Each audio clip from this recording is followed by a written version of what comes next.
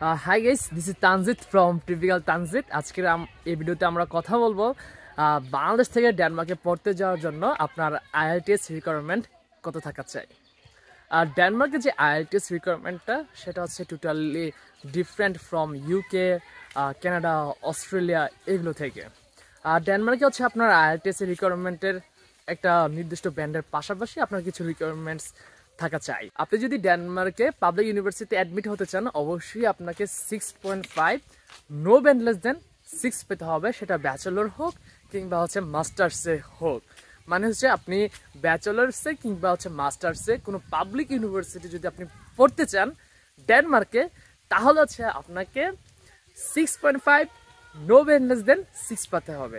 I mean কোনো ব্যান্ডে যদি আপনার 5.5 থাকে তাহলে হচ্ছে আপনি একদমই এলিজিবল হবেন না for public university in Denmark. তাহলে যারা কিনা 6 পায় আইএলটিএসে, তারা কিভাবে হচ্ছে ডেনমার্কে অ্যাপ্লাই করে? ডেনমার্কে আপনি 6 পেলেও আইএলটিএসে 6 পেলেও আপনি অ্যাপ্লাই করতে পারবেন, কিন্তু আপনি অ্যাপ্লাই করতে পারবেন ফর প্রাইভেট ইউনিভার্সিটিস। অ্যাকচুয়ালি এগুলো তো ইউনিভার্সিটি না, এগুলো হচ্ছে কলেজ ডেনমার্কে। সো এইসব কলেজে অ্যাপ্লাই করার জন্য আপনার আইএলটিএস রিকোয়ারমেন্টটা কত? এগুলো কি সেম পাবলিক ইউনিভার্সিটির মতো রিকোয়ারমেন্ট? এগুলো হচ্ছে পাবলিক ইউনিভার্সিটির মতো রিকোয়ারমেন্ট না, কিন্তু আপনি যদি প্রাইভেট ইউনিভার্সিটি অ্যাপ্লাই করতে চান, আপনার আইএলটিএস এর পাশাপাশি কিছু শর্ত আপনাকে অবশ্যই ফুলফিল করতে হবে। লাইক আপনি যদি প্রাইভেট কলেজে অ্যাডমিট হতে চান, তাহলে হচ্ছে আপনাকে মাস্ট বি আইএলটিএস 6 লাগবে এবং নো ব্যান্ড লেস দেন 5.5। এখন কথা হতে পারে, যদি আপনার দুটো ব্যান্ডে 5.5 থাকে তাহলে কি আপনি কি পারবেন? না, আপনি পারবেন না। আপনি যদি ডেনমার্কে প্রাইভেট কলেজে অ্যাডমিট হতে চান বা হচ্ছে আপনি যদি অফার লেটার পেতে চান, আপনাকে অবশ্যই আইএলটিএস 6 এবং যে কোনো একটা ব্যান্ডে 5.5। আপনার যদি দুটা ব্যান্ডে 5.5 থাকে আপনি অ্যাপ্লাই করতে পারবেন না। তো আমি যদি আমার ভিডিওটা একদম রিক্যাপ করি, তাহলে হচ্ছে আপনি যদি ডেনমার্কে ব্যাচেলর কিংবা মাস্টার্সের আপনি যদি পাবলিক ইউনিভার্সিটিতে পড়তে চান, তাহলে হচ্ছে আপনাকে IELTS 6.5 no band less than 6 পেতে হবে। এবং আপনি যদি ব্যাচেলরের প্রাইভেট কলেজে পড়তে চান, তাহলে ওই ক্ষেত্রে হচ্ছে আপনার IELTS 6 no band less than 5.5 এবং জাস্ট একটা ব্যান্ডে 5.5 পেতে পারেন।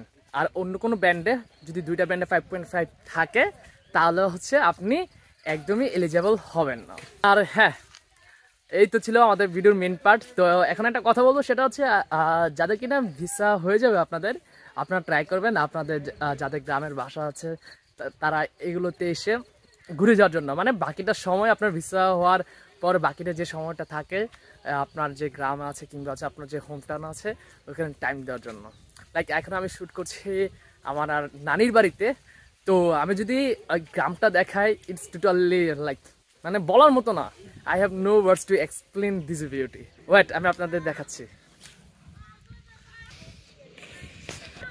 আচ্ছা, এই হচ্ছে একটা দিঘি, এই যে এখানে হচ্ছে সবাই গোসল করছে। ওয়েট, আমি একটু জুম করি। এই যে এই হচ্ছে আমার এক ভাই আর হচ্ছে আরেক ভাই। তারপরে এই পাশে হচ্ছে আপনার শুধু জমি আর জমি, যেদিকে তাকাবেন শুধু আর জমি আর জমি। আর এইটার পরে হচ্ছে আপনারা হচ্ছে ভিডিওতে হতে বা দেখতে পাচ্ছেন, তারপরে হচ্ছে আপনার একটা বিল। মানে এই হচ্ছে আপনার গ্রামের পরিবেশ। লাইক এখন হচ্ছে আমি এই যে এখানে আমি বললাম এখানে আমি শ্যুট করলাম, তো এখানে টাইম স্পেন্ড করাটা হচ্ছে মানে এরকম সময় পাবেন না আপনি, বা হচ্ছে এরকম মানে কি বল এরকম পরিবেশটা আপনি হয়তো পাবেন না যখন হচ্ছে আপনি ডেনমার্ক বা হচ্ছে আপনি অ্যাব্রোডে যাবেন। সো হোপ দ্যাট আপনারা সবাই ভিডিওটা এনজয় করলেন, এবং হচ্ছে আপনার যদি ভিডিওটা ভালো লাগে বা হচ্ছে আপনি যদি এনজয় করেন, তাহলে হচ্ছে অবশ্যই আমার যে ফেসবুক প্রোফাইলটা আছে এটাকে ফলো দিবেন, পাশাপাশি আমার যে ইনস্টাগ্রাম প্রোফাইলটা আছে ওইটাকে অবশ্যই ফলো দিবেন। Tata, bye bye.